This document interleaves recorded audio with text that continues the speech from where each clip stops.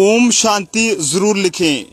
दुखद भरी खबर इस समय की आप लोगों तक साझा करने की कोशिश कर रहे हैं कि आखिरकार 18 साल के मुकेश शर्मा, जिन्हें जानू के नाम से जाना जाता था, उनके साथ क्या हुआ कि जिसके बाद उनकी माता जी ने जो है अपने सर के बाल तक जो है वो कटवा दिए हैं। काफी दुखद है। आप जनता से यही कहेंगे कि वीडियो को ज्यादा से ज्यादा शेयर कीजिएगा ताकि जानू जी की मां के साथ इंसाफ हो सके, जिनका रो रो कर इस समय यहाँ पर बुरा हाल है। इनसे बातचीत करने की कोशिश करेंगे। माता जी, क्या हुआ ऐसा जानू के साथ कि जिसके चलते आपने बाल तक कटवा दिए और आपके जानू की जो है वो जान चलेगी? सर, मेरे बेटे ने बहुत अच्छा बेटा था मेरा, किसी के साथ कोई झगड़ा नहीं, खुद के किसी से किसी से अपनों से प्रायों से बहुत प्यार से बात करता था और कहीं भी दोस्ती हो जाती थी, दोस्त सभी कहते थे बड़ा अच्छा लड़का है जे, किसी के साथ कोई प्यार से। क्या हुआ, ऐसा क्या हुआ कि आज वो जानू इस दुनिया में नहीं रहा? जानू, हम अकेले अपने घर में रहते थे तो हमें भी कुछ बड़ी परेशानी होती थी रहने में, समझो अपने घर पे। तो कभी बेटे को आर्मी स्कूल, सेंट्रल स्कूल में भेजना, कभी बेटी को अलग अलग ट्यूशना, तो मैं खुद परेशान हो जाती थी कि इसलिए मैं अपनी मम्मी के पास RS-पुरा चली गई। मैंने बोला कि मेरे बच्चे जब बड़े हो जाएंगे मैं खुद ही घर चले जाऊंगी अपने। पर कुछ लोगों को ऐसा बर्दाश्त नहीं हुआ जी, जो मैं घर पे आई और चाहते थे कि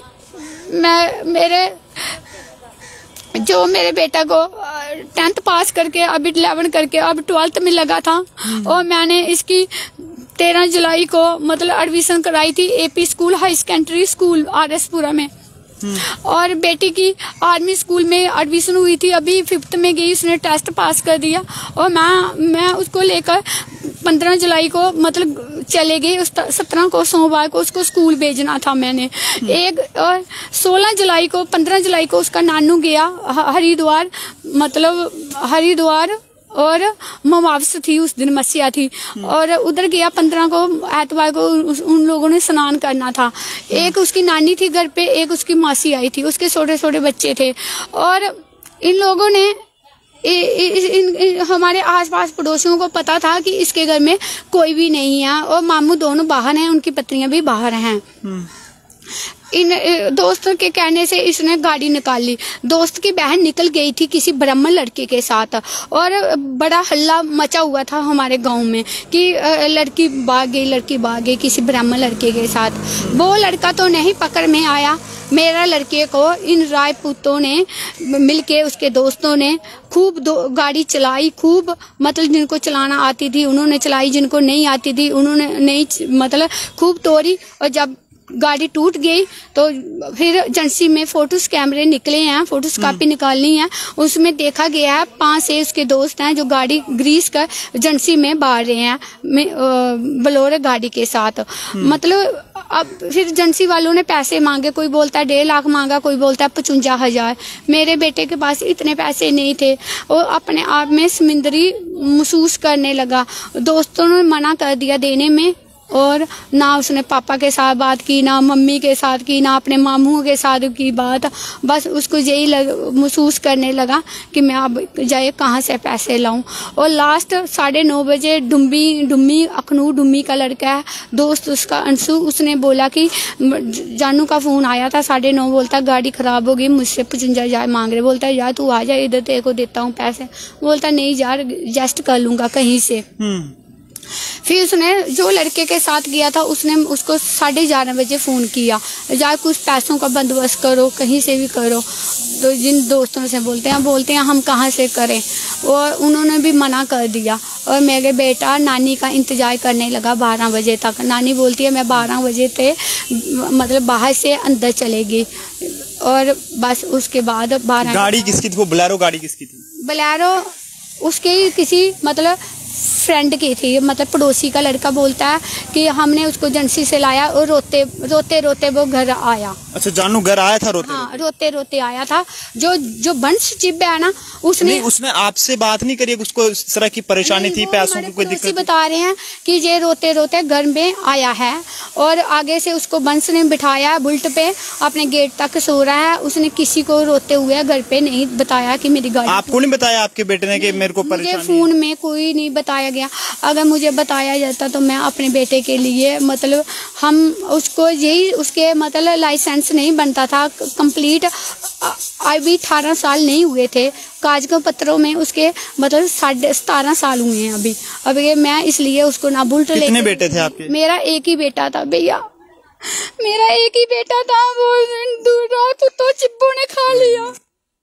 मैं चाहती हूँ कि इनकी साथ पड़ी हूँ मैं, कोई दिया बत्ती जगाने वाला नहीं, इनको भी कोई कंधा ना, आप रोइए मत, इनको कोई कंधा देने वाला ना रहे। जब पुलिस कार्रवाई कर रही है इसमें? हाँ, मैं 1 मंथ के अंदर हम पूजा पाठ रखा हुआ था, हम घर से बाहर नहीं निकल रहे थे।